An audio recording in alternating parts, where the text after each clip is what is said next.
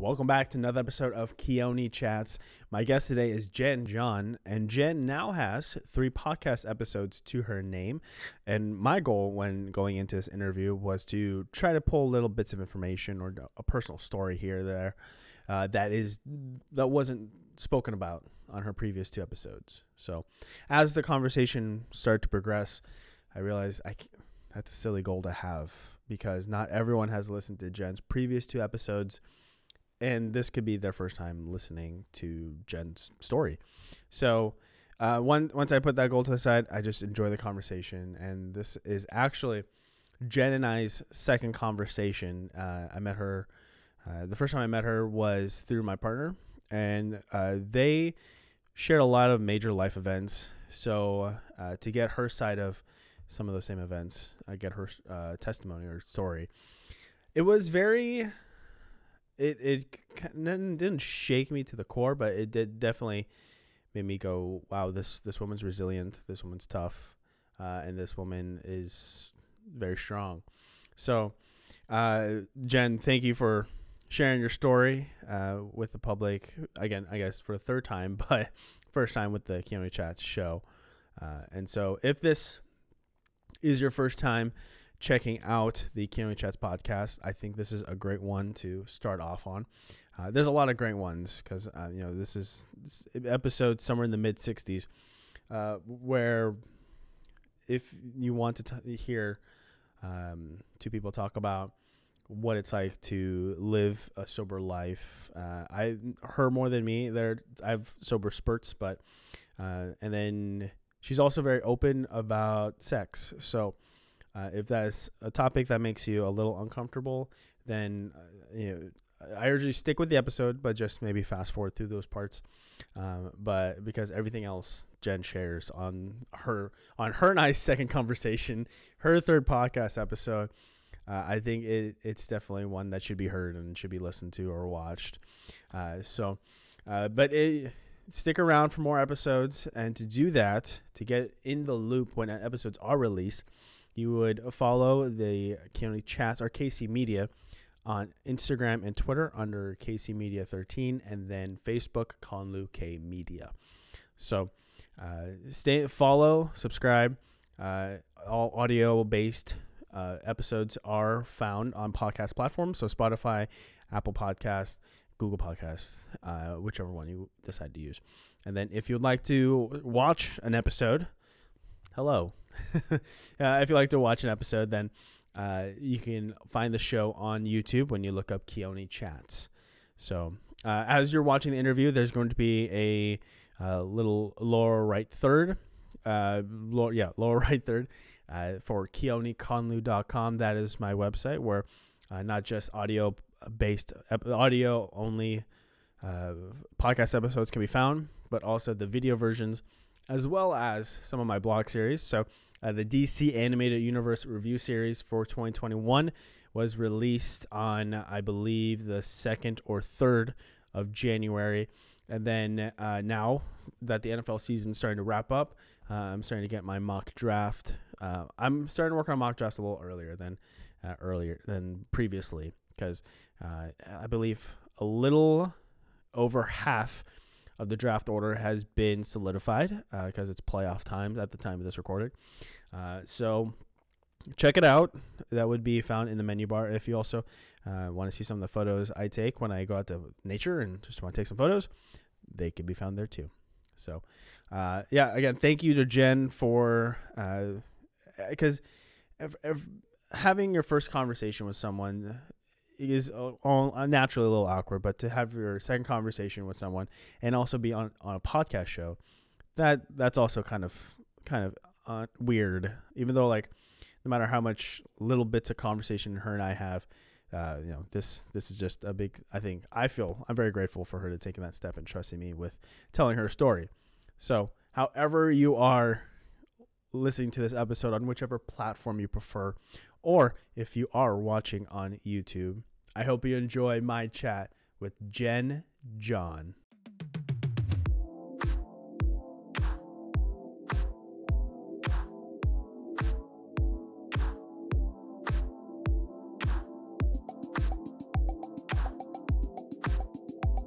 outside of the times where I've had podcast host as guest on my show, you are a rarity, Jen John.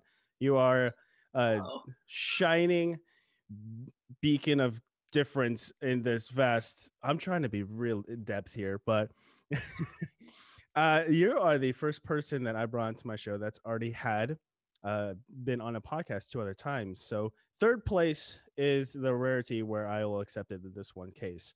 So thank you for coming on. oh, it's an honor to be here. And I wouldn't say third place. I'm first place for this podcast. Let's think of a positive spin. Not that I'm a positive person most of the time, but I can try once in a while. We'll dive into all that, but when it comes to the glass half full and glass half empty, when it comes to any decisions, how do you kind of like approach it? Because I know I can be like, oh, I could get out of this in some sort of shape or fashion and be positive. How do you do it? Well, I'm a 4 on the Enneagram, so glass half empty. Everything is the end of the world. I cry a lot. And then I eventually come out of it. But at the beginning, when something first happens, I'm like, this is it. This is the end. Everything is terrible. I just need to cry and process. And then I come out of it. But Uh, yeah. so so we met for some back. I like to also give people or the fans of the show a little glimpse behind the curtain. So Jen and we actually have a mutual connection in my partner, which I mean, I want to ask you also, how do you feel about that turn of phrases when it came to like boyfriend, girlfriend to now partners? How do you feel about that?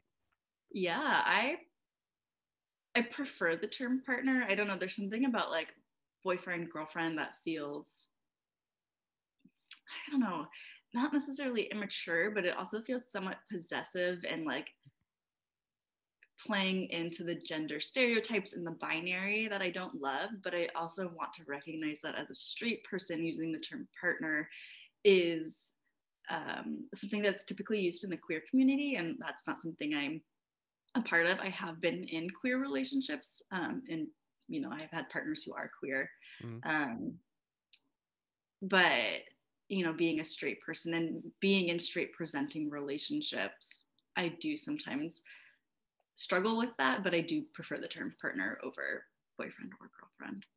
Yeah, because I remember, so I work in the financial world, so it's a lot of older generations. And one of our contractors from Wisconsin was in town, and I asked her about her vaccine because she was asking about what our policy is in the office. And then I said, "Oh yeah, my partner helped me, get into the vaccine or get the vaccine and get the second shot. It was like imminent at that point." And then she was like, "Do you mean like partner of the company, like or like CEO partner?" I was like, "No, no, no, no, no, no." It's a crazy new world nowadays.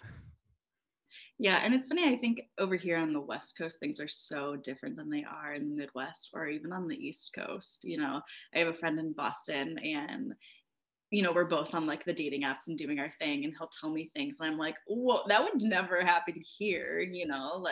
One time I asked, I was like, well, why can't she just ask you out or whatever? And he's like, yeah, that doesn't happen here. I'm like, oh, I ask dudes out all the time here. I'm the one who's like, all right, let's go grab coffee, let's do this. Yeah, And he's like, that's not a thing. yeah. Because I think in the Midwest they were still very much in the courtship. I feel. Yeah. Mm-hmm. I mean, And I think it depends on where you are. I think Chicago is probably a little bit different, or oh my gosh, I can't even think what else is in the Midwest. it's still sometimes a giant question mark to me. It's like I've gone to from Oregon, I guess Oregon, San Jose, and then San Jose to like New York. You fly over all those states, they all start looking the same. So I can get that part where it's like, Yeah. where does it divide? Where's the line up here, guys?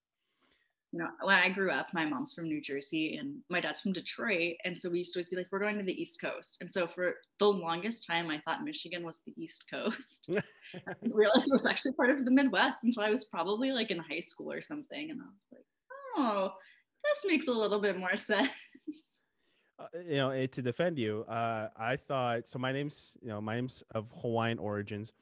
I thought I was Hawaiian for the longest time. And then I talked to my mom and she's like, son, you're not Hawaiian, you're Filipino. I was like, well, that's embarrassing for everyone I said that to. Whoops. Ugh.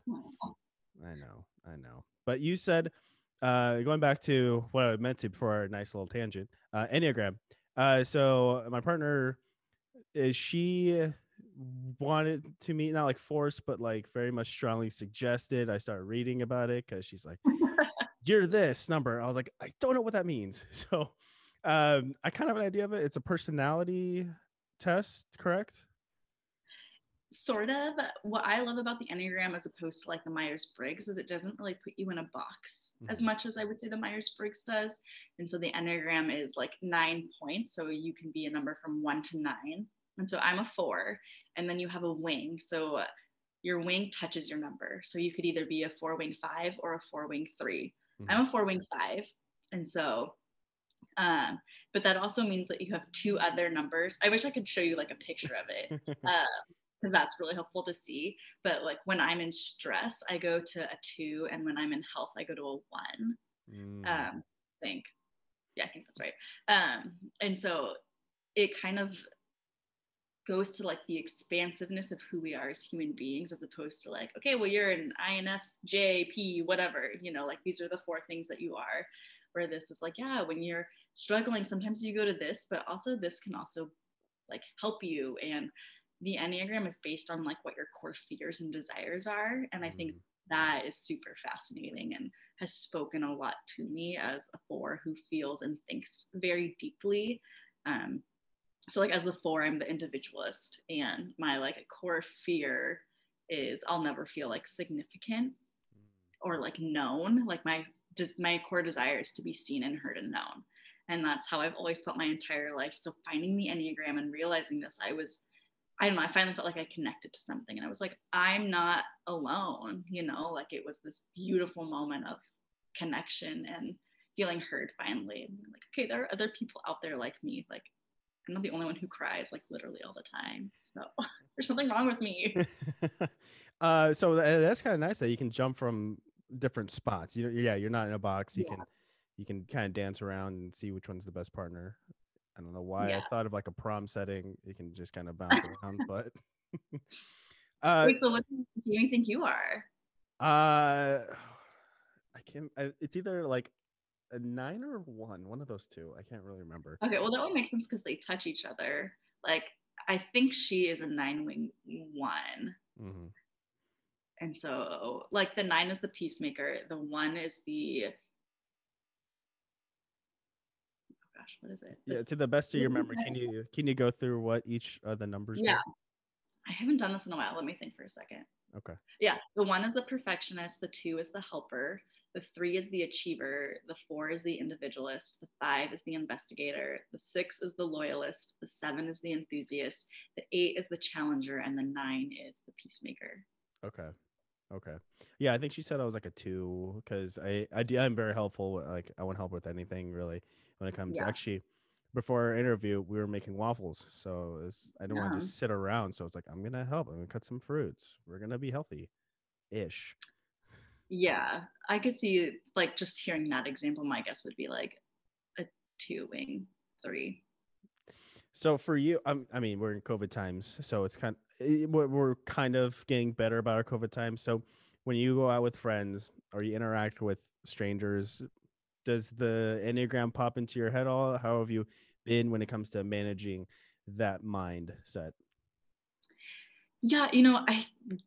My friends are all familiar with it. And I think that has been super helpful in understanding why some of my friends will respond to certain things the way that they do, or, you know, especially when you travel with friends, I think that's when you really see a lot of it come out because there's always tension and, everyone travels so differently together. But I wouldn't say with strangers, I typically like start thinking about it. Mm-hmm. um, with potential partners, like people I'm dating or people I'm seeing or like talking to or whatever, definitely that's really important to me because it helps a lot, especially because I date men and I literally never know what's happening in their brains. So it's really helpful to like know that. Like, it's funny because I've dated a lot of men who have touched the 7 wing, which is the enthusiast, who they've either been a 7 or have touched it. And so knowing that is like very helpful. Or I dated an 8 who is a challenger, and so like he would sometimes be like not aggressive towards me, but he would challenge me a lot, and I did not like that because Hmm. it felt like almost like super misogynistic, even though it technically wasn't. But I don't know if that makes sense. But yeah, it's really helpful. And it's like, okay, if I need to talk to this person about something, I need to figure out how they're going to hear it. And I may not be able to do it in the way that I want to. I need to find out what makes sense to them and how, like, what makes sense in their brain and how they can hear it, you Hmm. know? Yeah. In some ways, it's like if you have a partner who's neurodivergent, you know, like you can't talk to them as a neurotypical person. Like you can't just say something, or like had a partner who has ADHD. And so like when I would tell him things, I would have to give him like concrete steps as opposed to asking him a question that was very open-ended. Like that was so unhelpful for him. And so I think of it kind of in the same way, where we're all just trying to be like human informed, I guess, you know? Yeah. Yeah. And so when it comes to using the dating apps, do you put the numbers in there? Be like, oh, I am this number, comma, or I guess, dash. If you know, you know. So it's like, have you like kind of, because I mean, before Jamie and I started dating, yes, I was dabbling in these dating apps, had some success here or there, but I never knew like how much to put in the bios, how much to like not put in the bios, and how much to like, leave some mystery for people to ask and solve. How did you kind of manage Yeah. that? I think it's funny because my bio is pretty straightforward, but it's like a lot of things that people don't understand essentially. So, like I do have that I'm an Enneagram 4-wing 5. So I Mhm. do get a lot of questions about that. They'll be like, "Oh, what does that mean?" Or like, "I saw your thing, so I took the test, and this is what I am. Can you like help me understand it?" Or so it Hmm. sometimes leads to great conversation. I also have that I'm a teetotaler in my bio, and like no one ever knows what that means, and so that sometimes brings up conversation that is not as fun, I would say, Mm, but it depends, you know. yeah. So, I wanted to, because I remember in the, I mentioned in the intro, you were on a podcast, Tour of the Times, Anthologies of Hope. Everyone check it out. Jen's she brings up a lot of great things in her story. So you did mention how like you put that on your bio, and then sometimes people, you tell them to go Google it. You tell them to go look it up. And I think I was working when I was listening to that, so I didn't get a chance to write it down. So I was like, I don't think there's a way I can. Also, I want to be a little sneaky. I mean, okay, I'll admit I wanted to like surprise you. I'll be like, surprise! I remember this one fun fact. So I was trying to like look that up also, so that way I can be a little more educated too. But so what for those that don't know what that mean? What does it mean? It just means you don't drink. Oh, Yeah, thesaurus coming in clutch. I know. But it is fascinating, like being a sober person dating, like the difference. Like, I used to say that I was sober. I would write like sober, and that would be it. And I would get pretty negative responses about that, or they'd be like, "Oh, sorry, I didn't realize." Like, bye. Hmm. Or people just like talk to me about it. I don't know. It's so complicated and very I would get such a wide variety of things. Or even recently, like I finally put my Gen Date Sober Instagram account in my bio. And so people will go check that out, which is really interesting to see what they say. But like some guy messaged me and he was like, "I don't have a problem if you don't drink, if you don't have a problem that I do drink." And it's like, why are you saying that to me? Like, being sober is not my entire personality. Like, it is a piece of who I am. But Hmm. why is that the thing that you're commenting on, and not like, I have a dog, I like sports, I'm an Enneagram 4-wing 5, I'm a school counselor? Like, there are so many other things. And I think the fact that he brought that up as the first thing to me says a lot about how he actually feels about me being sober, if Hmm. that makes sense. Yeah. So, yeah, again, leading into this interview, there's actually a guy at my work who he went through rehab. He's sober, and he talks about, but he talks about it in a very jokingly manner. So, like, our office is filled with wine drinkers. So then, sometimes he says that, oh, he's allergic to wine, and his reaction is that he gets handcuffs. So, That's cool. He's also a dad, so he has so many dad jokes that just kind of roll off the tongue. But Yeah. so it was a situation where like one of our coworkers, she moved down to California, and we Mhm. went to go meet at a bar, and I thought about inviting him because he's super friendly and very outgoing. But with knowing his history, it's like I didn't want to put him in that situation where he's tempted to. Has anyone like? I know it's kind of like easy to knock people out and be like, nope, nope, you are obviously heading a little too hard with this one. Any kind of like maybe I could benefit of the doubt at all? I mean, in that situation, I guess, you can't control what another person does, right? Like, and you don't know what I mean, you know his history, but you don't know his true feelings towards it. Hmm. So, like, if I were you, I would have been like, hey, this is where we're going. Like, if you want to join, please do. Like, Hmm. understand if you're not comfortable with that. Like, I had a partner whose birthday, he wanted to meet up at a brewery with all of his friends, and he was like, I'm thinking of suggesting this. Are you okay with this? And I was like, yep, of course. And, at that point, we didn't know each other that well, but like, I'm never going to tell someone not to drink around me. I mean, not anymore. In the beginning, I did because that was really, really hard. But at this point, I'm almost 4 years sober. And so um, it's not as much of a factor in my life as it used to be, Hmm. if that makes sense. Yeah. Yeah. And then you mentioned in that same podcast show that you did try non-alcoholic beer, or how you called it, Mm-hmm. NA, which I thought was just not available when I first heard that. I was like, not available beer? Oh, that's some new lingo.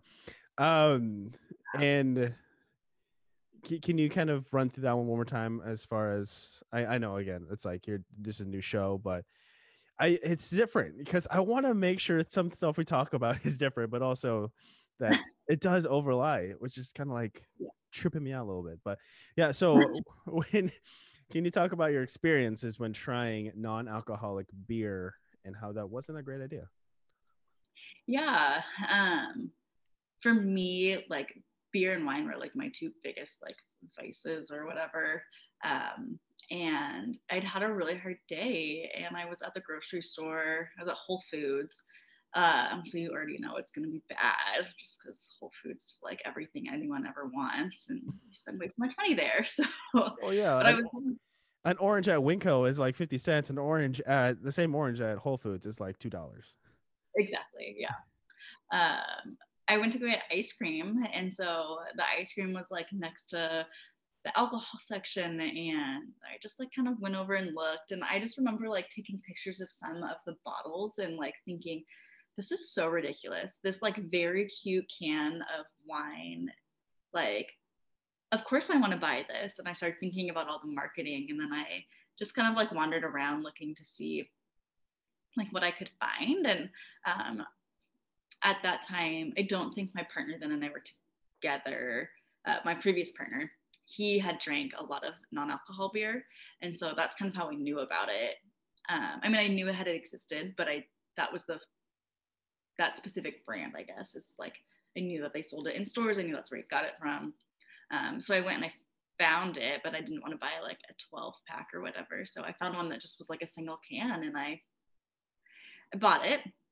And I just remember like the whole time driving home being like, should I do this? Like, what do I do? Like the whole time home, I was just thinking like, what do I do with this? Am I going to dump it out? Am I going to drink it? And I did end up drinking it. And I just remember like feeling relief almost, like it was like, I'm home, Hmm. which was like a really hard feeling to feel after being sober at that point for 3.5 years at that time.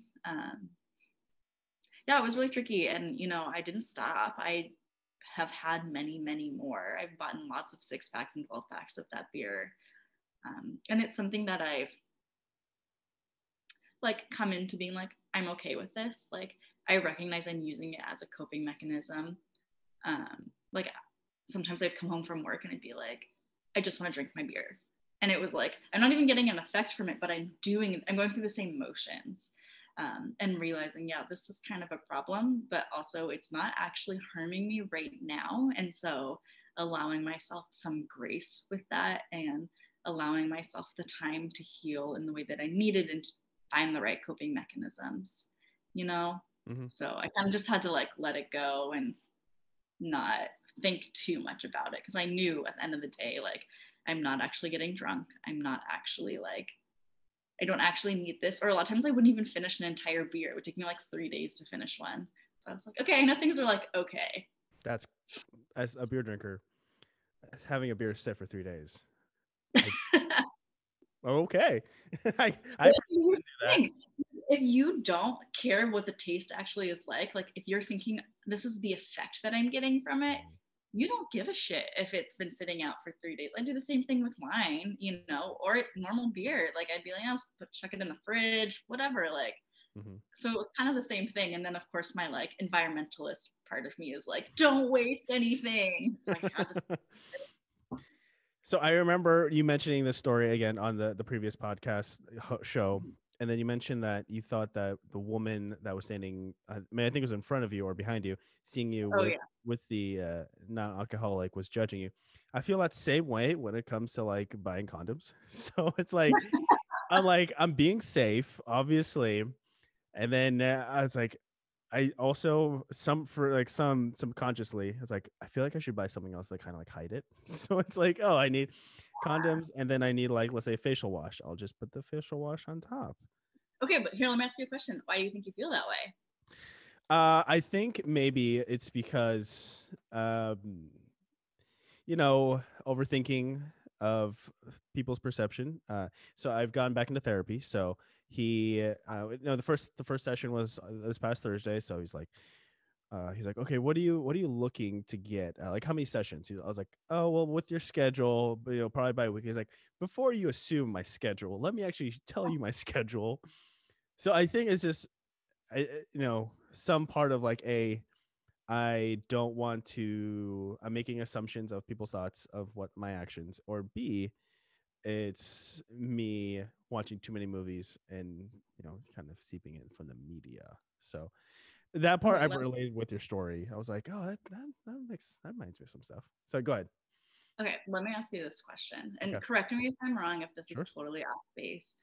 In my mind, when I hear you say that, I'm thinking there's so much shame around sex. Hmm. And so the fact that you are buying condoms, we've been told like shame or sex is shameful. So yeah, of course you should be embarrassed, even though you're doing the right thing.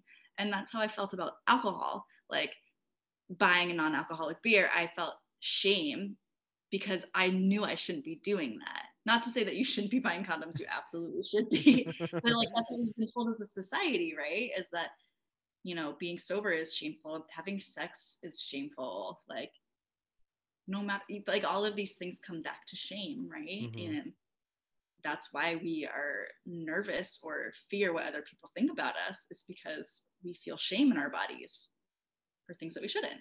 Some people, when it comes to like being sex positive, they associate with like, oh, you must, you know, be a freak in the sheets, or you might be a like on OnlyFans. You might. Oh, sorry, my phone just ran off. But you must be doing all these things that, when behind closed doors, it's appropriate, but then you bring it out to the world. But what does it mean for you to be sex positive? I know we're kind of shifting from like your alcoholism to sex positive, but this just flows so well. Yeah. Okay. But let me say something really quick. You just said Okay. alcoholism. I do not Oh, identify as an alcoholic, which my bad. totally fine. I just wanted to say that. Like, Yes. that's another thing that's really interesting. People just assume that I'm an alcoholic, and I'm not. I never went to AA. I never did any of that. I have huge qualms with AA, which we can talk about later if we want to. But I just want to say this for the people out there listening, that like, you do not have to have a problem with alcohol or be identifying as an alcoholic to stop drinking. Like, Hmm. there are so many other reasons besides I'm physically addicted to a drug, because Yeah. that's what alcohol is. It is a drug. It's the Yeah. shit that we put in our cars. It's ethanol. Like, it is a privilege to recognize that we don't need to function or exist without this. So I just wanted to throw that out Of there. course. Of course. Of course. So yeah, well, actually, one last thing on that before we jump into the whole sex positive. So I was thinking about this when you're talking about your non-alcoholic beer I won't say adventure, but just experience. Could it be maybe the can or like the bottle or like the feel of it in your hands, not so much the liquid in it that you miss the most? Because I was just thinking about this. I was like, what if you put water in there instead, and then you still get like the same feel, but not so much the. Yeah, I think there is a point to that, especially when I'm like out. I mean, not that I like ever go out anymore, but like I was talking about my partner's birthday where we went to a brewery and like the only thing they had was LaCroix and root beer. And I was like, this is bullshit. Like, I don't want to drink either of these things, but I also don't want to be like the quote unquote loser, like drinking just water and like make it so obvious that I'm not drinking alcohol. And so Mhm, I don't love mocktails because they're so sweet, but I like the idea of them. mhm. Or I don't know, like I miss holding a wine glass, which is so ridiculous, but it's like there's something that always felt so like sophisticated about it, and that's totally like society and whatever. But I don't know. Yeah, that's a good point. Like sometimes I do miss drinking out of certain like cans or like I don't know. I like when I get kombucha sometimes and it comes Mhm. like a beer bottle or something like that. Like it's just I don't know. There's something about Yeah. it which I'm also like I should probably do like a deep dive into why I feel that, but there's only so much I can work on at one time. So Right? It's like I can only sift through so much crap in my life. Come on, guys, give me a break. Yeah, because living in Portland and beer cap, we have a lot of independent breweries. Yeah, I go to the grocery store and I see, let's say, like this can of like I don't like IPAs, so it's like I see this can of IPA and it looks like the artwork on it. It's very like eye catching. It's like if anything, I would just buy it just to stare at it. But then yeah. And it's like I used to buy wine bottles based on the labels because I was like, I don't give a shit what it tastes like, like whatever. I just want it. And I was like, here, this one is under $10 and it looks super cute. yeah. And like, I mean, we haven't talked about this yet, but like the way that big alcohol has marketed to specific people is so fascinating when you look into it. One of the bottles that I was talking about when I went to Whole Foods was this cute little can, and it was called like She Can, and it was like pink and blue and really cute, and it was wine for moms, and it's like Hmm. catering to this like trope that as a mother, as a woman, I need wine to survive. And Mm-hmm. like if we look at the numbers of women abusing alcohol, they have skyrocketed. Or we think about like how many stadiums are named after like big alcohol companies, or you look at events and how many of them like marathons are sponsored by big alcohol. What? I ran a half marathon a few years ago, and I remember my friend and we were like so close to finishing. We were like, we get 2 free beers at the end. Like, we can do it. Like, get to the beer. And we get the beer, and we can barely drink like this much of one of them. We're like Yeah. so toast. Yeah. Like, why do we associate like beer and running or wine and yoga? Like, those it's mind boggling when you actually think about it. Mm-hmm. Like you see it and you're like, yeah, it's totally normal. Yeah, okay, of course I want to do those two things together. But like they do the opposite. So yeah, I don't know. Yeah, because I'm thinking of like a commercial. I think it's not Miller Lite. It's something where it's like this woman, she's running, she's like, I don't run because I enjoy the struggle or I enjoy this or that. I run so I can get the beer afterwards. I was like, wait a second, wait a second. You're burning all these calories and then you're going to put it back into your body in this light beer kind of form. Right. But that also falls into this trope of I have to earn my food. Hmm. And absolutely not. We as human beings deserve our food just as we are. Like I do not need to go on a run to eat ice cream for breakfast, which I have done. Like Kudos to you. thank you. Yes. Like yeah, I could talk about this forever. So It makes sense. I mean, I'm a former athlete from high school, and then yeah. I remember also, yeah, I did the Shamrock Run in Portland, where it's kind of St. Patrick's Day weekend ish. Yeah, and then you can redeem your like there's a little ticket on your bib. It's like, oh, you get Yeah. free beer. I was like, I can sort of drink it. I'm going to baby this because I just ran like 4 miles or something like that. So Okay, Yeah. it was an 8K. Okay, I'm not a half marathoner yet, so ease up. Okay, that was a long time ago. I don't think I could run 3 miles right now. So I could like I actually so Jamie and I we've been getting into going to the gym, trying to I mean like at least once to twice a week, and she's walking and it's great, and then I'm like running because I don't want to run I'm not a big running in the rain / cold fan. I can, yeah. but I can't. When you were running, what was your ideal setting? What was your ideal temperature? Tell me about what a perfect running day looks like to you. Definitely not hot. I don't handle the heat very well, but I also don't handle the cold very well. I have a circulation problem, so like Okay. either ends of the spectrum, it's like disaster. So yeah, I actually didn't mind running in the rain. Mm. If it was like I mean Seattle, so it's like mist when it was actually raining. I didn't love that. Um, but yeah, when I ran a half marathon in San Francisco in the summer, it was like 60 degrees and like misty. It was the perfect weather. Like I didn't have to like shed any of my clothing or Oh, any of that, you yeah. know.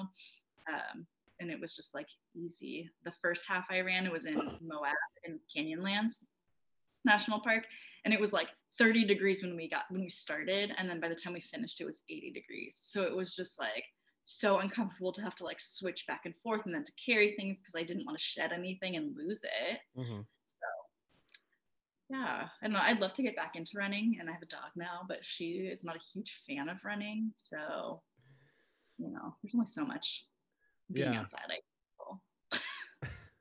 Yeah, in that same Shamrock run, I remember I ran, I trained, and so I felt good. And then I saw photographers like kind of like sprinkled throughout the track. And then I remember I didn't smile because obviously I was focused on running, but they said like, Yeah. "Oh, here are the photos," and like of put in your bib number, you can get your photos. And I'm just like, I look pissed, but I look good. So Yeah, I don't know. Does anyone? I mean, I know people enjoy running, but I'm like, do you actually? What is this torture? yeah, Thank you. But also, I did enjoy it. And then, but yeah, I've always had a complicated relationship with like moving my body because I was also an athlete, and hmm so I'm always like something my therapist and I talk a lot about is like what is enjoyable movement for me, and like when am I noticing that I'm doing it for different reasons than like this feels good for myself. yeah. So you jumped around from therapist, I think maybe once I believe, and then I believe it was because your previous therapist was having her baby, and then you just went off to a new person. Mhm. So tell me, how did the topic of listening to your body, was it the first therapist or the second therapist that brought this up? And then how have you taken that idea and evolve it from to today? Yeah, I think it was my second therapist one I'm currently with, and a lot of times it comes up um, when I talk about my dad, because my dad and both of my parents really uh, have made comments about my weight or like me exercising. Um, Gosh, but it just happened somewhat recently, and I was telling my therapist about it. Like I had told I can't remember.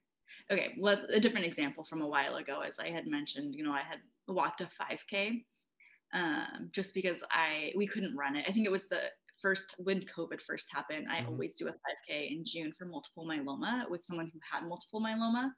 And so we always do the 5K together every year for like the past almost 10 years. Um, and so I walked it because we were all walking it together, like she can't run. And my dad was like, "Oh, were you sore after doing that?" It was 3 miles. I walked 3 miles like every day at least. Like it felt like such a like gut punch to be like, do you think I'm like out of shape? Or, Mm. my partner last year and we would go on like 12, 14-mile hikes. And my dad was like, "Oh, are you okay?" I'm like, "I'm not even sore. Like, I'm fine. Like, I am in shape." I mean, I couldn't do that now, but like, don't tell my dad that. So yeah, I don't know. It's just been my weight also has like fluctuated a lot since I've been in high school. And Hmm. so it's been interesting how people comment on that or um yeah, even just like being an athletic type of person. Yeah. Yeah, I don't know. Sorry, I kind of No, you're good. You're good. Because I know, I mean, again, going back to that athletic mindset I had back in high school, was like, okay, body's cramping, but you know what? We got to finish this game out. I got to push through the pain. Mhm. How did you handle like kind of quieting that voice with also like letting that voice of like, I need to listen to my body? How has that kind of struggle been for you? Yeah, that's a really good question. Because I grew up the same way, and I think as a four, I internalized that so much, and that was so hard. Like I got hurt a lot growing up. Like I had knee problems, I had back problems, I had shoulder. Like I played basketball and volleyball, and so I eventually had shoulder problems. And you always get told to play through the pain, and that is so the opposite of what we should be teaching our kids. So that when I grew up, I refused to ever ask for help. Like I have such a hard time asking for help because I was told you play through it, you figure it out by yourself. Like you do not ask for help. Mm-hmm. And that is the complete opposite of what I want to teach the kids that I work with. And so much of my work now is listening to our bodies. Like I ask my kids and they are like, what the heck are you talking about, Miss John? But I'll be like, where do you feel your anger in your body right now? And they're like, what? Like they don't understand it. And I think we're doing such a disservice to our kids by like Mm-hmm. not talking about those things and like letting them understand what's happening in their body. Like I finally figured out I feel when I'm anxious, I feel it in my shoulders and in my arms, you know, and like my therapist and I worked through, okay, how do we move that energy elsewhere so that I'm not feeling anxious? Or if I have, like, I had a nightmare last night, which super not fun, but I woke up and like I know the drill. I get up and I go push a wall to see if I can finish that movement and get that energy out somewhere so that I can go back to sleep and not continue the nightmare because that happened for a really long time. Mm-hmm. So, um, yeah, it took me a long time to come to that. And my current therapist is very big on like movement. She was a dancer. And so she specializes in like eating disorders also. So having that background is really helpful. Um, yeah, yeah, I don't know. I just feel like it's something that we don't talk about enough. And I Yeah. wish that we did. And I wish coaches had different training, honestly. Sometimes I think about becoming a coach just so I can be like, yeah, this is how you actually do it, you know? S- But Your dad was your coach, correct? yeah, Yeah, that's also kind of added another layer to the dynamic that you and he had. And yeah, because one of my guests, he mentioned how like he went through this giant body transformation because he got really into CrossFit because his grandpa, the elderly, they just kind of call it as it is. He just said yeah. like, why are you looking so fat? My grandma said the same thing to me. So it's Mm, it's one of those things like I understand it's like it's a kind of a generation kind of or end culture thing where it's like they're very direct, the older, but that kind of commentary, that kind of like messaging, they can last a long time because he's like in his, I think he just turned like 32, no, maybe like 35-ish, like a month ago. And when I talk to him, I think it's still in his head somewhere. He still has the voice somewhere, but it's not as loud as it used to be. I still have that yeah. too. And I think there are like two parts to that. Like I think one of the things that as a society, we are so anti fat Hmm. and there's so much like anti-fat bias that we have in our bodies and in our brains, and there's so much messaging about that, and it is so damaging. Hmm. So yeah, of course I like get frustrated when somebody says that, or like when my parents told me that I was gaining too much weight. Who gives a damn fuck about it? Like, let me live my goddamn life, okay? You know what? And there's nothing wrong with being fat. Absolutely not. Like, don't give me this health bullshit. Like, there are Hmm. some people genetically that's just the way that their bodies are, and that Yeah, is absolutely okay, right? yeah. And like I've been rewatching New Girl recently, and Good show. A good show. I watched it a little bit ago, but yeah, it's a great, you should rewatch it because now I'm watching it and I'm like, this is so fat phobic. Like I cannot believe that. And as a straight sized person, of course, I didn't see those the first time because I hadn't done any work on like my biases or, any of that. And it is, yeah, it mhm. boggles my mind. It's just so frustrating. And I think that's been a lot of the work that I've had to do around like my family and weight, because everyone in my family is very fit and very, very tiny. Like I've had to talk to my doctors a lot about my weight, and I hate talking about it, but it's also like talking about your weight shouldn't be an indication of your health necessarily, or like your worth. And that's where a lot of it comes from. Because I did notice that when I lost 30 pounds, I got a lot more attention from guys. And that is fucked up. And I Mm-hmm. hated it. So then I started thinking, like, it only matters what my body looks like. And that's absolutely not true. Like, Mm-hmm. I would hope that who I am as a human being is more important than that. But And well, I mean, there's a medical line. Like, if you start feeling pain due to your absolutely. weight, then you should think about, losing your weight. But I, there's that. Oh, I think it's a Channing Tatum photo of him like super ripped, like let's say just off Magic Mike saying single life, and then he's like a little bit bigger, he's running, and he's like, oh, relationship life. And I mean, I've gained some weight since I've started dating Jamie, and I'm like, I've accepted it. I'm happy Yeah. with myself. But is that because you've been dating Jamie, or is that because we've been through a traumatic experience? Um, I would say I mean, or so early on in the pandemic, so like April of 2020, I ran a ton just because like I was also dealing with a hard breakup. So this is kind of like my escape. And I got in good shape. I felt great. And then, so I can't really like say that because I've been in the office the whole time during the pandemic. Okay. So my life has kind of kept going, during the Yeah, pandemic. but everything still has changed, right? Like you weren't allowed to see all of your friends. You have to wear a mask, Yeah. right? Like Yeah. the whole world is blowing up in flames. Yeah, and more fires are being lit, and we don't have to go Yeah. too in depth with that because that's a whole thing. That's a whole thing. And we've been going through this for so long. So of course, like coping mechanisms change throughout, and we Yeah. as humans change. And not to totally cut you off, but like at the beginning of the pandemic, there were all of these jokes about, oh, I'm gonna gain the COVID-19. Oh yeah, yeah, And yeah. like all of that, Freshman 15. everyone, yeah, exactly. The freshman 15. And they're like, oh, like I've seen on a few dating apps, like I finally fit into my pre-COVID pants. And it's like, this is bullshit. I do not give one fuck about this. I'm sorry, I'm swearing so much. I hope that's You okay. can swear in the show. You can swear in the show. It's totally fine. Perfect. Um, but yeah, it's so frustrating to hear that. Like I was in grad school during most of the pandemic, and one of the projects I did was like the rise in like eating disorders or disordered eating that Ooh. we're going to see in young kids, because they're all online right now being Yeah. in the pandemic. They can't see their friends, and they're seeing all these gaining the COVID like 19, or even like talking about Adele, like new album dropped yesterday, so good, but like talking about her weight, and they're like, oh my gosh, she's this whole new person now, blah blah blah. Like she did that because she starved herself. She ate 1,400 calories a day. Of course you're going to lose weight like that. But does that make Adele a better person? Absolutely not. Like, Hmm. yeah, sorry, I just No, that's fine. That is totally fine.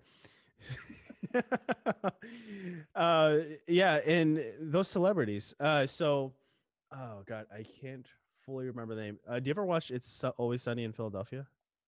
no, I haven't. I've seen like an episode or two, but So there's a guy, I can't remember the name of the actor, but so for one season, he was like in, a fairly like no average looking dude, where he's like not super buff but not super like overweight.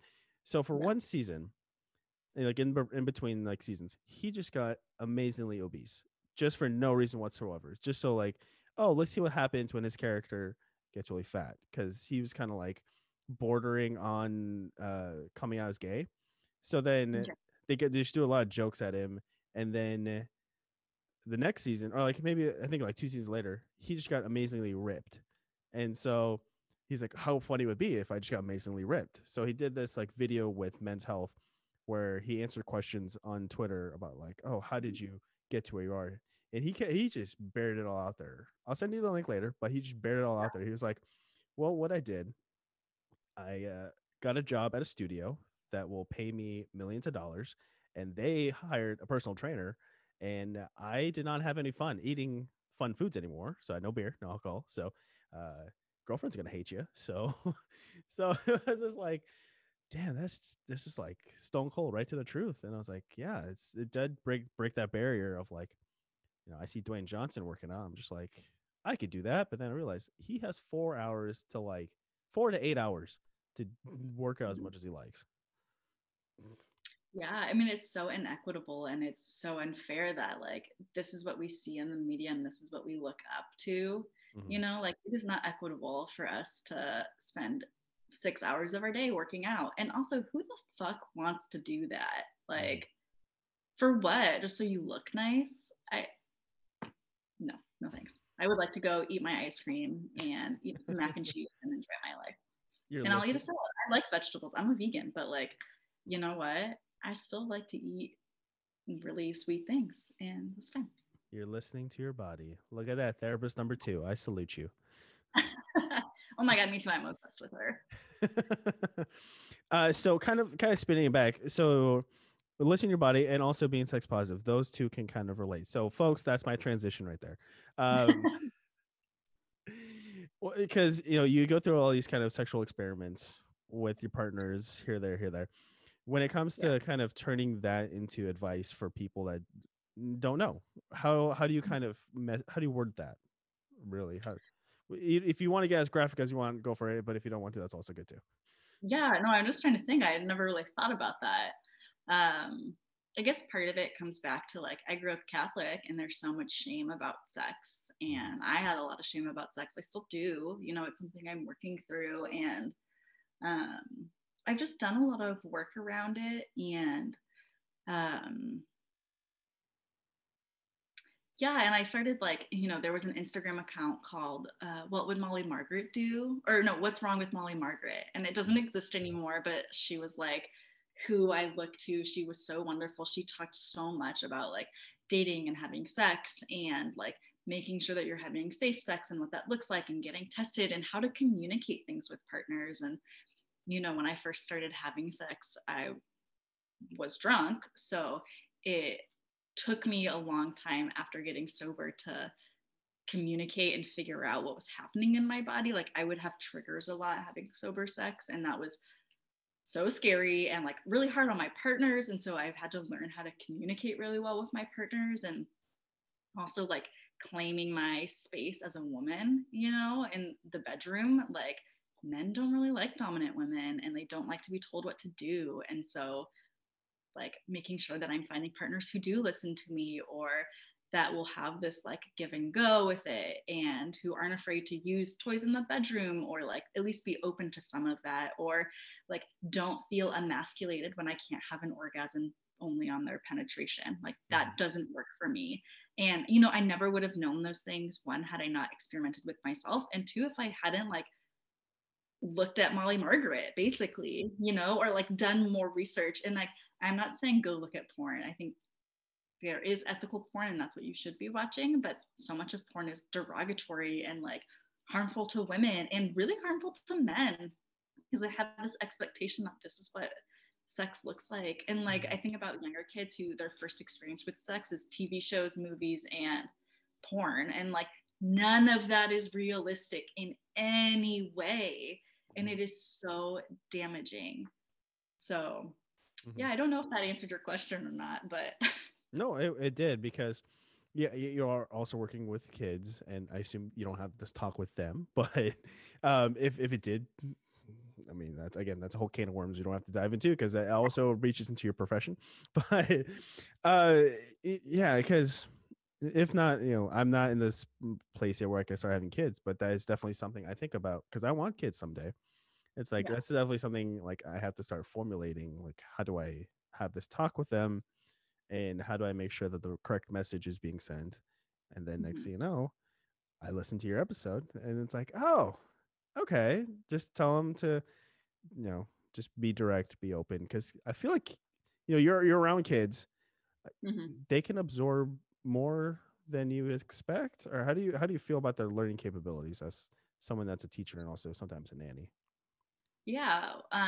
Kids are so smart. They just pick up on a lot. And, for them, their body parts aren't shameful, especially in the early ages, like before they hit puberty. Like, it's okay to call a girl's pee-pee, you know, a vulva. Like, that's what it is, you know? And, or like, you can call it a penis, you know, like you don't have to call it like, oh, here's your little wee wee, you know, like don't give them cute pet names, call them what they are. Like, there's absolutely nothing wrong with that. There's no shame in it. And by making them shameful, it's making kids feel shameful about their bodies. And that's absolutely not what we want, you Mm-hmm. know? And kids know what feels good. And so there's a lot of time that kids get shamed for like touching themselves. And they're like, yes, you should not be doing that in public. So like we've talked to a lot of parents about like just telling your kids, like, if you want to do that, you can go do that in your bedroom. Like, that's not something that we do around other people. Mm-hmm. So minimizing the shame about it and recognizing it's a natural reaction, that it's something that is a natural desire of ours, and that is something that you do not around other people, especially as a kid. When you get older and there's other conversations going on, like that's that. But like as a 13-year-old, no, I should not be like watching you like masturbate near me. Like, you should be doing that in your bedroom, you Yeah. know? Yeah. So other than your, mom and dad and siblings kind of commenting on your weight, how was your childhood? Like, well, how is there anything that kind of still stuck with you to this day that you remember experiencing back then?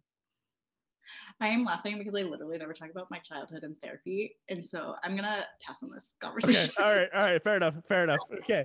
Again, just had to ask because It's totally fair game, but it just made me laugh because every week I'm like, and it goes into my childhood. So session's over, right, Emily? you sneaky devil. And okay, so Catholic home Mm-hmm. and Seattle Pacific University where you went to school, also Yeah. kind of a religion school. Once Mm-hmm. post college, how's your religious following? Because also, in the eyes of the religion, is sex is premarital sex viewed negatively? Correct. Again, Absolutely. Yeah. It's frowned upon. I Yeah. don't have a whole lot of say as how the religious community works. So Yeah. And you know, I think part of my like wanting to educate and like help my friends is so many of my friends grew up in the faith and felt a lot of shame. And there's this idea, you know, you are pure and holy, and then you wait till you get married and then you have sex. Do you think that because you had some super expensive party and now you have a ring on your finger, that sex no longer is going to be shameful? Absolutely not. Like, I know so many people who waited until marriage and had sex, and then they were like, it's so difficult. It feels so uncomfortable. I don't know what to do. I feel like I'm so dirty. I feel mm, bad. And also, some of them just don't even know what to do. Like, I've had friends who didn't like know what their clit was, or like what it meant to be wet, or like they're like, I don't even know what hole it goes in, you know, like all of these things. And it's like, you can't just expect to know that because you had a party and spent $60,000 on a wedding, right? mm, Like, there has to be work done before, but it's so frowned upon before you get married. And I don't understand that. I don't understand why. As someone who doesn't want to have kids or get married, like the fact that I was told I had to wait until marriage to have sex, like, I don't get it. You mm, know, like what makes it different? Obviously, like, yeah, if we get pregnant, then it's like in a happy family, but mm. marriages end all the time, you know, that. And also, even if marriages don't end, that doesn't mean the kid's gonna grow up happy in a two-parent household. Like, that doesn't mean anything really, right? Like, Yeah, and you also have to factor in like it's the chemistry that the two parents have, no matter mhm, what gender. So it's a lot of factors can go into like how the kid will end up, even if it's a happily married couple. absolutely, yeah. um yeah, so I think there's just so much shame, and especially in the Catholic and the Christian church. And, you know, even at SPU, we had an event called like, Let's Talk About Sex. And I remember hearing some of the questions like, Oh my what is god. the line for sex? You know, like, is oral, does that count? You know, and like, all of these things. And it's like, where are the boundaries? And it shouldn't be, this is what the church says. The boundary should be, this is what you as a human being are comfortable with. You know, Mm-hmm. these are your boundaries. And if you're not comfortable doing certain things with this person, that's absolutely okay. Mm-hmm. You know, and you shouldn't be made to feel dirty or gross, or like, if you won't give a dude a blowjob, like, so what? He'll get over it, you know, like that's not the end all. And I think that's what we're told a lot of the times. And, you know, like men don't have to be in charge. Mm-hmm. They shouldn't be, first of all, for a lot of reasons, but like, no, you don't need a man to tell you what to do or how to like view your body or pleasure yourself. Absolutely not. When did this very like I wouldn't say political, but it's just like I feel like this mindset you have of like um, kind of diving in deep on some of the ideologies and some of the reasonings behind X, Y, and Z. How did? Because obviously, you know, you grew into this thought. Yeah. Was there a point where like maybe it was during therapy where like, you know what, my mind started to get a little more open now, and this feels weird but good. Can you remember Yeah. that moment? Not necessarily. I think I've always kind of been that way. Like growing up Catholic, I never really understood it. And then going to a Christian school where it was like so different. Like it was funny. I had such culture shock going to SBU because like Catholics don't pray out loud, or like if they do, it's a very particular prayer that we've all memorized. And like Mm-hmm. it's so different than just going to like any sort of other like non-denominational school or church or whatever. And remember feeling so much shamed because everyone was so like eloquent when they prayed, and I just was like, how did you learn this? What? And like Mm-hmm. hearing some of these things, just they never felt right in my body, you know? And like there's certain things I definitely believe. Like there was one point where I was like, yeah, I'm gonna wait until I'm married, and I do want to get married, and I do want to have kids. And then I realized I think I only feel this way because I don't know what I want in my life. I know I'm good with kids, and I have daddy issues, and I want to be taken care of. And so, like, these are the reasons why I want these things. Mm-hmm. And in reality, I realized like that didn't feel good. Like the thought of having a child inside of me, or even like having to take care of a kid outside of like somebody else's house or a school setting, I was like, no, I can barely take care of myself once I get home. I have a dog now, and like, thankfully, she's really easy, you Yeah. know? Absolutely not. And I think slowly, like, I think getting sober helped a lot with that. And I think my friends and I are kind of all experiencing things kind of at the same time and sharing those with each other and kind of growing together and in our own ways and all becoming into who we are. Mm-hmm. You know, like all of my friends this year were turning 30. And so it's interesting. I've had a few friends get divorced already, and it's like we're all trying to figure out who we are, and like, yeah, we're not going to do the traditional route, you know, like, Mm-hmm. because I'm a four, so obviously I'm not doing anything that's like typical. But Yeah, I sense a lot of like curiosity, questioning, also research, and also discovery when it comes to just hearing, not just hearing how you talk during this chat for about heading on into an hour now, but it's just like everything I know about you, our previous conversations, and also just what I hear from Jamie. It's like she's I just understood you as like someone that's very curious, and it's like, why is that? I want to go chase that answer. You would make a great journalist. thank you. Yeah, I am. I think I'm just curious, and I finally at this point realized like I'm not who I was 5 years ago. I'm not even who I was a year ago. Like Mhm. so much has changed for me even in just a year. And um I think I'm like realizing like, yeah, I'm constantly evolving and changing and growing, and I'm allowed to do that. I think for so long I put myself in a box and felt like I had to be a certain way and do these Mhm. certain things. And um, I don't have to do that anymore. And I don't feel a lot of shame. I don't feel shame about like sharing that with like coworkers, or, you know, I am seeing someone right now and we aren't exclusive, but that's okay, you know? And I don't think like if you had asked me that last year, I would have been like, no way, I never would be able to like have sex with multiple people. Um, like not at the same time. If that's your thing, great. I'm not there yet. But One step at a time, guys. One step at a time. exactly, like don't dive right into multiple things. Like you got to start slow. Uh, but like I never would have thought that I would have been okay with that, and like going to regularly get STI tested, like the thought, like I felt so much shame about that. And like now it's like, no, this is normal, this is good. Or even asking partners like, hey, FYI, like, do you have any STIs? And like, STIs don't make you dirty. I never ask if a partner is clean. Like that is so disgusting to me. It's like, are you STI clear or free? There's absolutely no shame. And I've done a lot of research on like what it looks like. I had a partner a few years ago who had HSV. He had herpes. And so I had to do a lot of research. I didn't want to just like straight up ask him everything. I was like, let me do some research on my own, what this might look like if we do have sex at some point. Or like, I didn't even know. I was like, can I kiss him? Like, what does that mean? And so I've done a lot of research. Yeah. Yeah. I mean, you could have pretty much treated it as like COVID, be like, don't touch me yet. Don't touch me yet. 6 feet away. We good? Okay. No, I'm just kidding. But so before we start wrapping up, there is something I want to ask you because it is a big part of your life when it came to June 5th and the live shooter experience that you had when it came to on the Seattle Pacific University campus. You did go into a story about how you went into the choir room because of the sound. What is, there's so many negatives obviously that comes out of that. It's trauma. It's going to shake you to your core.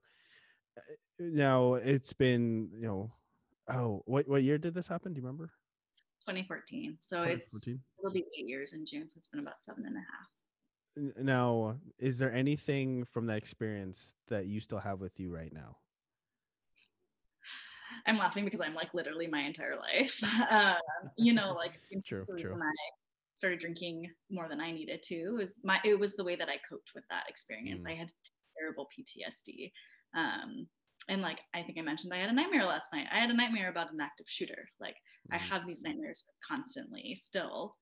One of the reasons that I wanted to get sober was because I wanted to stop having nightmares. And it definitely did help getting sober with that. But they still happen, like I think part of me knew like, yep, I'm going to be having this conversation today. So it was on my mind and then it happens. But like now I have the coping mechanisms to deal with it.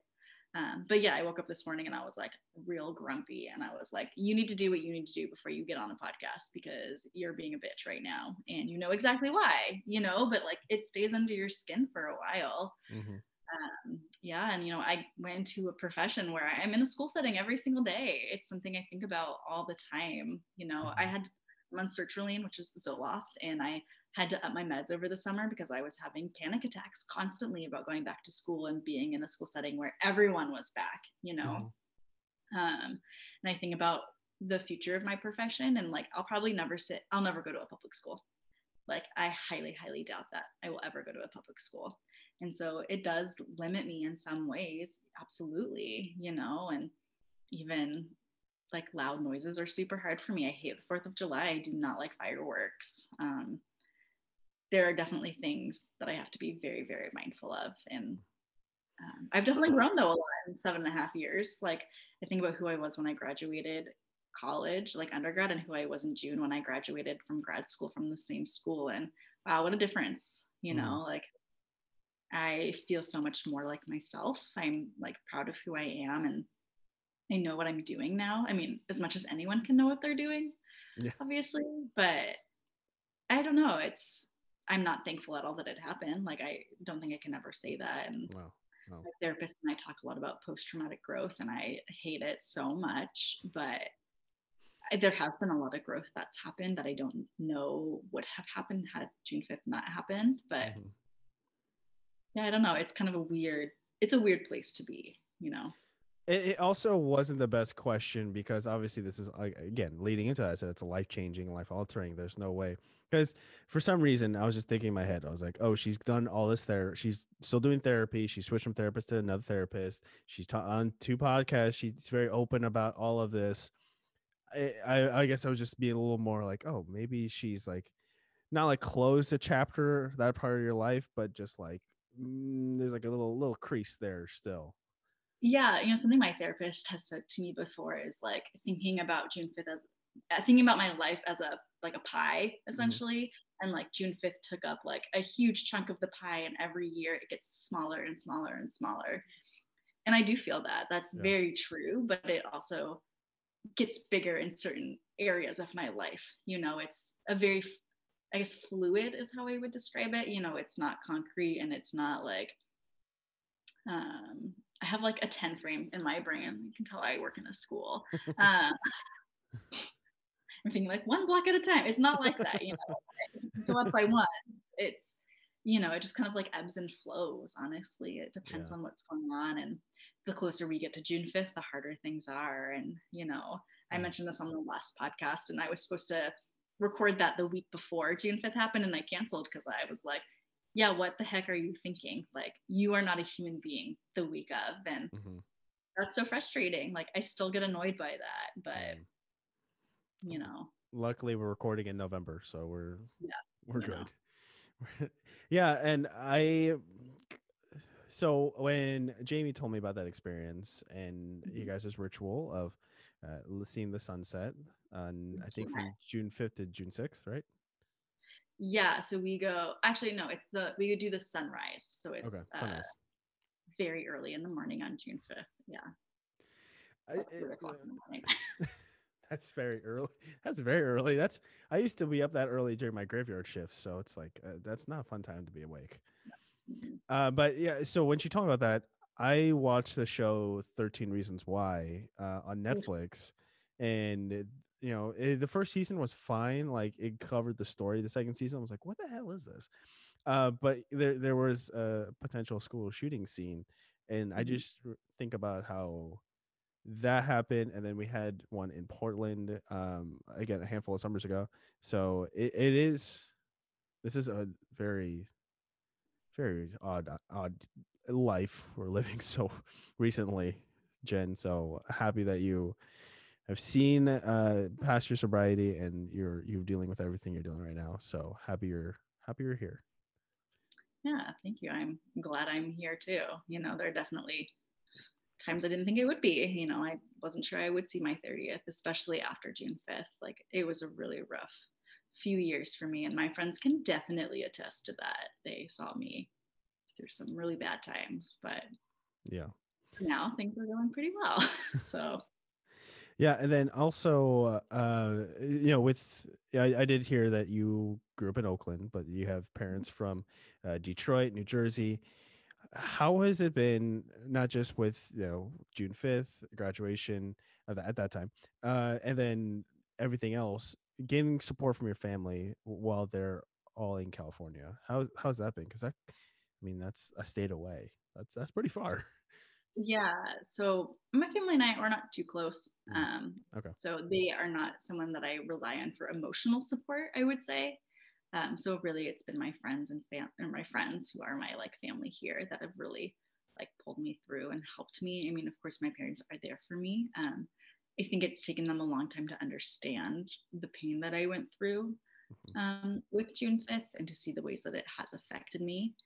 And I don't know if they ever fully will understand. And I think part of that is because there's a lot that happens in my family, and I am away. And so they don't see the effects of it as much as they would, like my siblings who still live in California and live close by, live at home. And they have told me multiple times, like, they just don't want to have to worry about me. And I know they mean that in like, that's yeah, that wording like is not that great. in a way, but they're like, Yeah. yeah, we know that you're okay. But they're like, we never want to have to worry about you. But it's like, yeah, there are definitely times that you should be worried about me, and yeah, so it's been interesting learning how, I think it's been helpful for me. Like, I moved away from California for a reason, not just because of my family or anything, but I do think the distance helps me, has helped me like become myself. I think if I stayed at home, not that my parents were suffocating in any way, they gave me a ton of freedom. Like, my best friend in high school was 12 years older than I was, and they let me like go to her house on the weekends and like whatever, which is totally different story. She was my volleyball coach. Yeah. Okay. I had a few more questions for that one. Yeah, but like, I would, my parents let me do whatever the heck I wanted. I was a good kid, and I'm really thankful that they trusted me as much as they did. And so I think they had no qualms about me moving away. You know, they knew I would be able to take care of myself. And of course, I struggled. Everyone is going to struggle when they're on their own. But I think being away from my family allowed me to be the best version of myself, Yeah. you know, and the person that, like, if I talk about faith, like the person that God really wanted me to become, you know, not that I know where I am with my faith, but that's another conversation also. But Honestly, I could, yeah. I mean, I could have a 2-part episode with you as well. So it's like, before you know, you have 4 podcast episodes underneath your belt. Whoo! I know, look at me. By the way, yeah, like your comfortability, because not a whole lot of people are comfortable with hearing their voice, or like, I guess in this case, you'll also be seeing yourself on camera, and then the fact that your story's out there. How is it kind of handling that? No, I guess attention. Yeah, I don't think I don't get a ton of attention from it. I think I'm gonna get some, of course, but I think it kind of, the first time I did it, it was really difficult to hear myself. Like at first it was exciting, and then I was like, oh my gosh, like nitpicking everything. And Yeah. we're all human. Like, what the hell? Who cares? You know? And I think I finally have gotten comfortable with sharing my story because I have heard how it has helped other people. And I think that's important. You know, like if you had asked me like 5 years ago, it would be a different story. And now that I've done so much work, I feel like I'm in a place where people can hear what I have to say, if that makes sense. Like before, it was like it wouldn't connect all of the time. And now I think I have enough distance where I can say what I need to say without like giving all the details. Like before, when people would ask me about June 5th, I'd have to talk through, like, here I was at 3:27 talking to this friend under a tree. And like, I'd have to go through all of it to get to where I am now, where now I can take pieces of the story and say, these are the important things to know. And this is what I've been through. Here's what I've learned and how I've moved forward with my life. So I don't know. And if, yeah, I don't know. I think it helps too, like talking to friends. Like, you know, I know Rick pretty well, and I feel like I know you really well, even though we've only met like once or twice, maybe once. Once. Uh, This is the second time we are seeing each other, you know.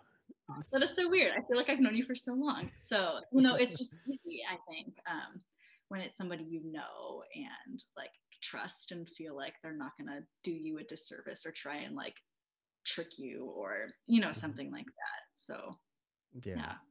Yeah. So I like to ask a couple questions from this packet of 160 hypothetical questions. Oh, gosh. So Jamie actually picked out the 2 questions for you, because I was like, you know what?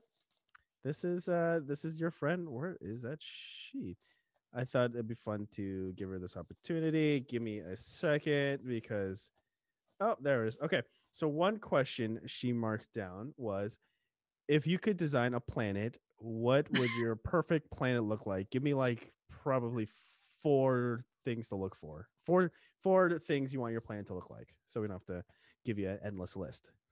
Okay. Well, first of all, Michael B. Jordan would be there. Number one, very Fair, important. fair. Uh, oh gosh, what else? There would be a lot of dairy-free ice cream. Good choice. Good choice. Thank you. Definitely the beach because I love the water. But Which, I don't want it to be like hot. I want it to be like 60s all the time. okay, because I was saying, like, California has great beaches. Moving to Washington, not really. I, but I like the beach here. Like my dog loves the beach. That's also Gotcha. part of it. We both like when things are hard, we reset and go to the water. Like I after June 5th a lot would go take baths, and that was like the only way that I could like reset and like figure things out. And so water is really important to me. I think there's so much healing power in it, and I love like the vastness of the ocean. And even though I don't like to go in very far, but there's something so calming about the beach. And maybe it's because I grew up in California and beaches are familiar to me, but Yeah, I and love water. I can there are times where I go to the beach and like yeah, I don't even need beer. I don't need to be near water, but it's just like watching the water kind of, it's never the same design. It's always something different. That's how I can get kind of mesmerized with it all. Yeah, that ASMR, you know. Um, I also really love the smell of the ocean. Like that's really comforting to me. Like Yeah. Yeah, I really love The that. saltiness and the seagulls. Yes. The seagulls. Yummy. Okay, I've got 3 things. So I need one more. Yeah. Yeah. One more Michael B. thing. Jordan, dairy-free ice cream, the beach. Um, I would say like Pacific Northwest fall trees. Ooh. You know, like the leaves are just changing, like they're still all on the branches, you Yeah. know? Which can I pick one more? And music. I would need like, I don't know, like maybe Noah Gunderson to sing to me all the time. so, so Jamie picked that one because she thought you'd say no men on this planet. Well, also that, except I mean, I only picked Michael B. Jordan. So See, there you go. Like that just got squashed. Sorry, yeah, honey. Jamie knows. So the last question. Patriarchy. I mean, True. This is true. So last question. If you had a pen with magical ink inside, what would happen when you wrote something? So like, let's say you wrote wall. What would happen when you wrote wall? wow, Jamie. Oh my gosh. Okay. Give her all the credit. Okay. Let me think about this. I think my first like inclination is to be like whatever I would write would come true. Mhm. You know, so if I wrote like Michael B. Jordan, Michael B. Jordan would pop up. But I don't know if I would actually like that. Like that. Let me think about this. I mean, this hypothetical question could change your life. It really could. Oh, I keep thinking about, you know, the mirror in Harry Potter where it's like everyone sees something different. Yeah, yeah. You know, it's with their hearts. Part of me is like, I would write whatever I wanted, but only what I like truly like desire would come from it, Okay. maybe. Yeah, yeah. Yeah. There is no right or wrong answer here. I think that's a great answer. Because we went to trivia night with Harry Potter themed a couple Thursdays ago. We didn't do well, so You should have phoned a friend. it was so specific. They were like, "Oh, in chapter 15, the students are working on plants, and what plant could only second year students work on?" We're like, "Who the hell?" I don't know that. Yeah. Jen, where can the people find you, and where can they find Jen Dates Sober on social media? Yeah, so Jen Dates Sober we didn't even talk about it. Oh my gosh. It's on Instagram. And basically it tells the stories of terrible things men have said to me, and it's a little bit educational, hopefully. It has not been updated in quite a while, but I'm back on the apps ish. So Yeah. I got some stuff in storage I need to start throwing up there. But build up that content and then release it like an angry demon. Exactly. The angry feminist that I am. Because like for a while, I thought that was your only Instagram. So when I was doing research on you, I was like, well, there's only 2 photos to really like look at. So this is great. Yeah. I have another Instagram account, but it's private, so Yeah. I don't even know if it's worth mentioning. So Yes. No Twitter, nothing else like that. Yeah, I'm boring. I'm not boring. I am minimalistic. No Twitter, no Snap. I don't know, no Discord, or I do have a TikTok, but I only watch things on it. You know, I don't post anything on it. Yeah. Don't start doing the dances. Oh man, I'm a terrible dancer. Absolutely not. Well, I mean, you can now dance because you officially have 3 podcasts to your name. How do you feel, ma'am? That is my dance for you. That's as much as I'll do sober. So I think you should put that on your dating apps and be like, this is what you're gonna get, guys. Right, honestly, I think it would scare them though. Sometimes I think men are scared of me, as they should be. But well, just say you had a podcast episode where you talked about your life, 3 times, and then they'll be like, "I understand you, Jen. I understand you." Yeah, but then they'll be like, I don't need to ask you any questions because I know everything about you, which obviously is not true, but men are pretty, you know. I do feel like there's like way more we can dig into, but obviously it's like we I don't want to take up your whole Saturday, no matter how much fun that sounds, but it's like you are a very strong person. Giant thank you to the guests for coming on and telling their story, and thank you to you, the listener or watcher that made it to the end of the episode. And if you like what you heard or watched and would like more episodes from Keoni Chats, the show can be found on all podcast platforms and YouTube. If you'd like to stay in the loop in terms of episode releases, again, check us out on KC Media 13 on both Instagram and Twitter, and then Conluke Media on Facebook. If you'd like to be a guest, I'd love to hear your story. Email me at kcmedia13@yahoo.com. And until the next time, everyone, please take care.